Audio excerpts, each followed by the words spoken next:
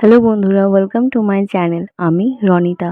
বন্ধুরা, তোমরা যারা নতুন আমার ভিডিও দেখছো, তোমাদের প্রত্যেককে আমি বলবো, প্লিজ তোমরা আমার চ্যানেল আছে, প্লিজ তোমরা সেগুলোকে অনেক বেশি বেশি করে দেখো, অনেক বেশি বেশি করে লাইক করো, শেয়ার করো। তো আজকে আমি তোমাদের সঙ্গে যে ভিডিওটা বলবো, যে সেটা হচ্ছে যে আমাদের প্রত্যেকেরই কিন্তু রাগ কম বেশি সকলেরই আছে। আমরা অনেকেই আছি যারা নিজের রাগকে কন্ট্রোল করে নিই, আবার অনেকেই এমন আছে যারা নিজের রাগকে কন্ট্রোল করতে পারে না। তো এই বিষয়ে আমি তোমাদের সঙ্গে একটা খুব সুন্দর গল্প শেয়ার করব। তো আমি আর বেশি কথা না বলে তোমাদেরকে এটাই বলবো, চলো দেরি না করে ভিডিও শুরু করে ফেলি। একদিন একজন লোক, যে সব সময় রাগ মানে রগচটা আর কি, তার সব সময়ের জন্য রাগ একদম ভীষণ পরিমাণে, সে মানে একটুতেই ভীষণ রেগে যায়।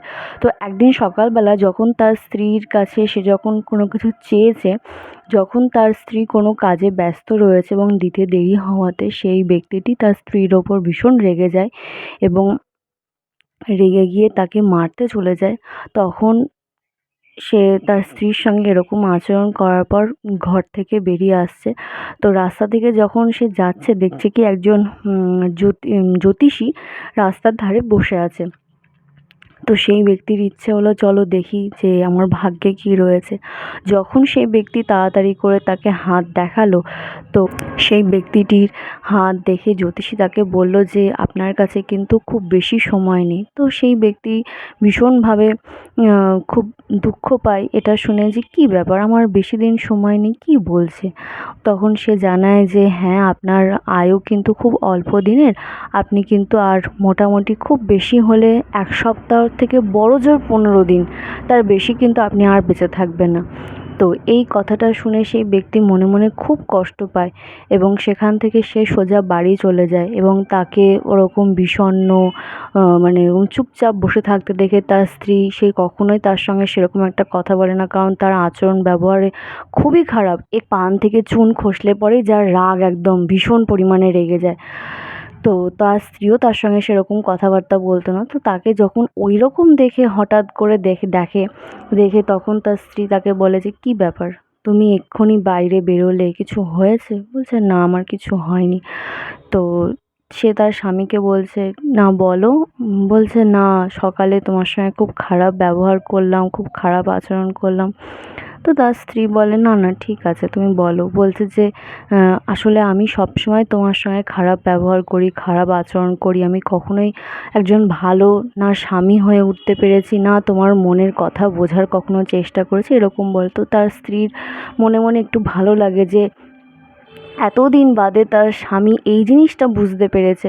তো তখন সে তার স্বামীর কাছে এসে বলে যে কী হয়েছে, আমাকে বলো। তো সে তখন সমস্তটা জানায় যে আমি তোমার সঙ্গে ঝগড়া করে যখন বাইরে বেরোই, তো রাস্তায় একজন জ্যোতিষীকে দেখতে পাই। তো আমার মনে হয় তার কাছে আমার হাতটা দেখায়। তো তিনি আমাকে বলছেন যে আপনার অল্প কিছুদিন আয়ু রয়েছে, আপনি বেশি দিন বাঁচবেন না, খুব বেশি হলে 1 সপ্তাহ, তার থেকে বড় জোর 15 দিন, তার বেশি তো আপনি আর বাঁচবেন না। তো এই কথাটা শুনে যতই হোক তার স্ত্রী, সে যতই তার স্বামী তাকে মারধর করুক, অত্যাচার করুক, কোনো মেয়ে তো কখনোই চাইবে না যে তার স্বামী মারা যাক। তো সেও খুব ভেঙে পড়ে। তো সে মনের মধ্যে সমস্ত কষ্ট জমা রেখেও তার স্বামীকে বলতে থাকে যে না না, কিচ্ছু হবে না তোমার, তুমি একদম ঠিকঠাক থাকবে, তোমার কোনো অসুবিধা হবে না। এরপর যখন সেই লোকটা প্রত্যেক দিন, তারপর যখন যেখানে যেখানে যেত, তো রাস্তার পরের দিন যখন সে অফিসে গেল, অফিসে গেলেও প্রত্যেকেই তার সঙ্গে খুব বেশি কথা বলতো না, কারণ তার মেজাজ ভীষণ মেজাজি মানুষ ছিলেন যেহেতু। তো অফিসে যাওয়ার পর পর আর কি সে প্রত্যেকের কাছে, যার যার কাছে সে খুব খারাপ আচরণ করেছে, খারাপ ব্যবহার করেছে, প্রত্যেকের কাছে গিয়েই সে ক্ষমা চায়। অফিসের প্রত্যেকে দেখে তো অবাক হয়ে যায় যে কী ব্যাপার, এই লোকটার মানে সঙ্গে কথা বলা যায় না, কোনো রকম কোনো কিছু করলে পরেই রেগে ওঠে। সেই ব্যক্তি আমাদের কাছে এসে ক্ষমা চায়, যে যাক, ভগবান ওর শুভ বুদ্ধি দিয়েছে। অফিস থেকে ফিরে যখন রাস্তায় মানে তার বন্ধুদের সঙ্গে যখন দেখা হয়, তাদের কাছেও ক্ষমা চায়। মানে মোট কথা হচ্ছে, সেই লোকটার কোনো না বন্ধু, না অফিসের কলিগ থেকে শুরু করে প্রত্যেকেই তার সঙ্গে, কেউই কথা বলতো না। সকলেই মনে করতো যে না, এই লোকটার সঙ্গে কথা বললে, ভালো কথা বলতে গেলেও রেগে ওঠে, তার সঙ্গে কোনো কথাই বলার দরকার নেই। তো সে যখন আস্তে আস্তে তার অফিসের লোকজন, তার পাড়ার প্রতিবেশী, তারপর তার বন্ধু বান্ধব, চেনা পরিচিত, এমনকি বাজারে গেলে বাজারের লোকেদের সঙ্গে প্রত্যেকের কাছেই ক্ষমা চাইতে লাগলো যে সে হয়তো কখনো তাদের মনে কোনো কষ্ট দিয়েছে, কোনো খারাপ আচরণ ব্যবহার করেছে, সে তার ভুল বুঝতে পেরেছে, ভুল বুঝতে পেরে প্রত্যেকের কাছেই ক্ষমা চাইছে। তো এরকম করতে করতে যখন তার 1 সপ্তাহ চলে যায়, তো চলে যাওয়ার পর সে ভাবে যে ঠিক আছে আর কয়দিনই তো আছে, আর যার সঙ্গে আমি খারাপ ব্যবহার করেছি প্রত্যেকের সঙ্গে আমি ভালো ব্যবহার করবো এই কয়টা দিন। তো সে তার পরিবারের প্রত্যেকের সঙ্গে খুব ভালো আচরণ করতে শুরু করে।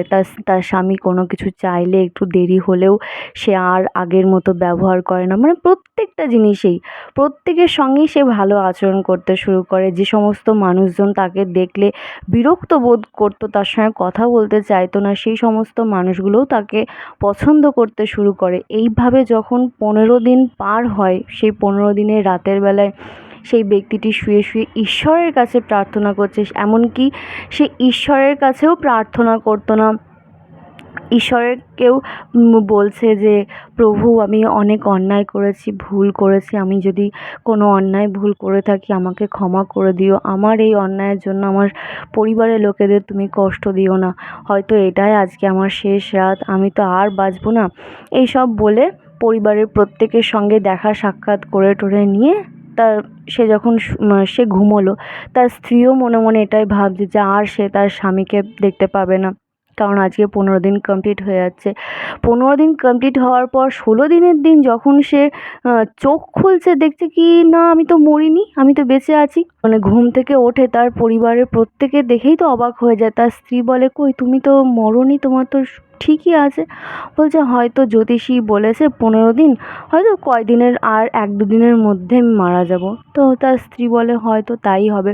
এরকম করতে করতে 15 দিনের পরে 16 দিন, 17 দিনও পার হয়ে যায়, তার আর কিছু হয় না। এরপরে 18 দিনের দিন যখন সে ঘুম থেকে ওঠে, উঠে সে অবাক হয়ে যায়, কি ব্যাপার যে জ্যোতিষী আমার হাত দেখে বলল যে আপনি 1 সপ্তাহ বাঁচবেন, কি বড়জোর 15 দিন, কিন্তু 15 দিন পার হয়ে 16 দিন, 17 দিন, আজকে 18 দিনের দিন, তাহলে তো জ্যোতিষী ভণ্ড। সে আবার রেগে ওঠে, তখন সেই জ্যোতিষীর কাছে ছুটে চলে যায় যে আপনি একজন ভণ্ড জ্যোতিষী, আপনি এখানে বসে আছেন, আপনি আমার জীবন নিয়ে ছিনিমিনি খেলছেন নাকি?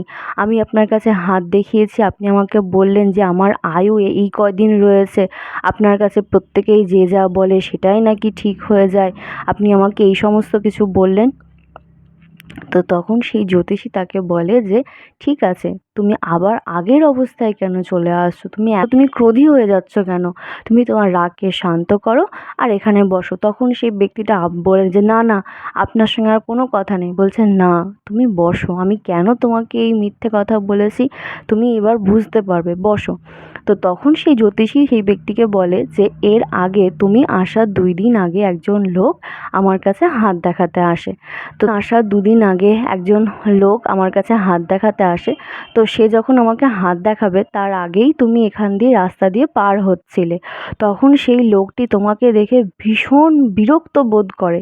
তো আমাকে বিরক্ত বোধ করে বলতে থাকে যে এই লোকটাকে যদি কোনোদিন বাগে পায় না, একে আমি মেরেই ফেলবো। তো আমি সেই ব্যক্তিকে বলি যে কেন, আপনি এরকম ধরনের কথা বলছেন কেন? বলছে জানেন এই লোকটার কাছে আমি কতগুলো টাকা পাই? এই লোকটার কাছে যখন আমি টাকা চাইতে গিয়েছি আমাকে উল্টে গরম দেখাচ্ছে, আমাকে মারতে পর্যন্ত এসছে। হ্যাঁ, কারোর সঙ্গে এর সম্পর্ক নেই, না নিজের পরিবারের সঙ্গে, না নিজের আত্মীয় স্বজনের সঙ্গে, না নিজের অফিসের সঙ্গে, এমনকি বাজারে গেলে পর্যন্ত বাজারের লোকগুলোর সঙ্গে ঝগড়া করে সমস্ত কিছু নিয়ে। একে কে ভালোবাসবে? এর সংসারে বেঁচে থাকাই উচিত না, এ ধরিত্রীর একদম বোঝা। এরকম করে অনেক কিছু বলতে থাকে। তখন আমি সেই লোকটিকে বলি যে এই লোকটি এই রকম ধরনের? বলছে হ্যাঁ। বলছে আচ্ছা ঠিক আছে, এই লোকটি আজ 15 15 দিনের মধ্যে একদম ঠিকঠাক হয়ে যাবে, পুরো পাল্টে যাবে। বলছে আপনি কি করে বলছেন?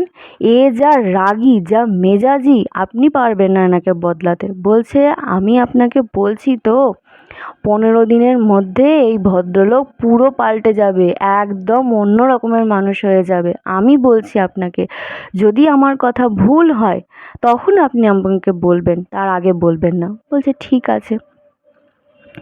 বলছে আমি সেই লোকটিকে বলি, কারণ তুমি সবসময় ক্রোধে এমন অন্ধ হয়ে থাকতে তোমার আশপাশে যে মানুষজন তোমার আচরণ ব্যবহারে কতটা কষ্ট পাচ্ছে তুমি কখনোই বুঝতে পারতে না। তোমার স্ত্রী, তোমার নিজের সন্তান, তোমার আত্মীয় পরিজনবর্গ, তোমার অফিসের লোক, কখনো কখনো তুমি তাদের মনে যে কতটা আঘাত দিয়েছো, কতটা আঘাত দিয়ে ব্যথা দিয়ে কথা বলেছো, তুমি কখনো বোঝার চেষ্টা করেছো?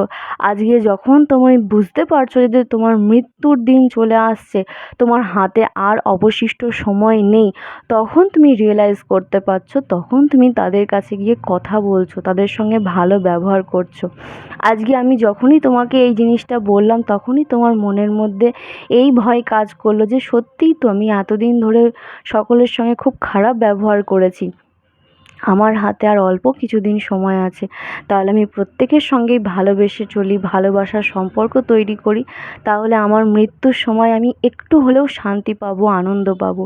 তখন সেই লোকটি নিজের ভুল বুঝতে পারে এবং সেই লোকটিকে বলে যে সত্যি যে কাজ আমি দীর্ঘদিন ধরে করতে পারিনি, আমার পরিবারের লোকজন পর্যন্ত করতে পারেনি, কেউ করতে পারেনি আমাকে, আপনি এই অল্প কিছু দিনের মধ্যেই সেই জিনিসটা করে দিলেন, আপনাকে অসংখ্য ধন্যবাদ। আর সেই জ্যোতিষীও সেই ব্যক্তিকে বলে যে সব সময় প্রত্যেকটা মুহূর্তে নিজের রাগকে সংযত করবে, নিজেকে বোঝাবে, নিজের ক্রোধকে যতটা সম্ভব নিজের ক্রোধকে যতটা সম্ভব আটকানোর চেষ্টা করবে।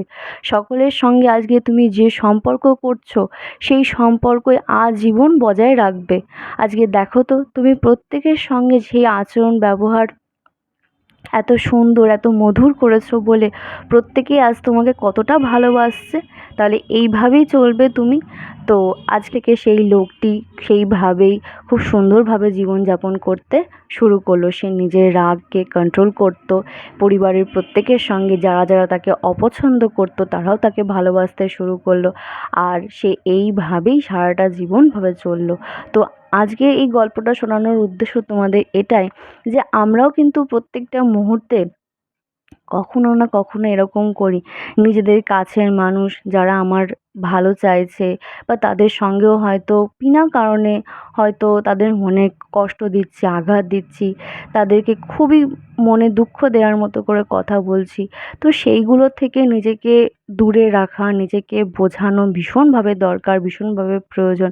কারণ এরকম করতে করতে দেখা গেল সত্যি আমাদের জীবনের শেষ সময়টা কখন চলে আসলো আমরা তখন বুঝতে পারলাম না। তো আজকে এই জন্যই আমি তোমাদের সঙ্গে এই গল্পটা শেয়ার করলাম। তো তোমাদের প্রত্যেকের আজকের গল্পটা কেমন লাগলো আমাকে অবশ্যই বলবে। আর আমার ভিডিও তোমাদের ভালো লেগে থাকলে তাহলে অবশ্যই আমার চ্যানেল সাবস্ক্রাইব করবে, লাইক, শেয়ার আর কমেন্ট করতে ভুলবে না। আজকে এই পর্যন্তই, দেখা হচ্ছে নেক্সট ভিডিওতে।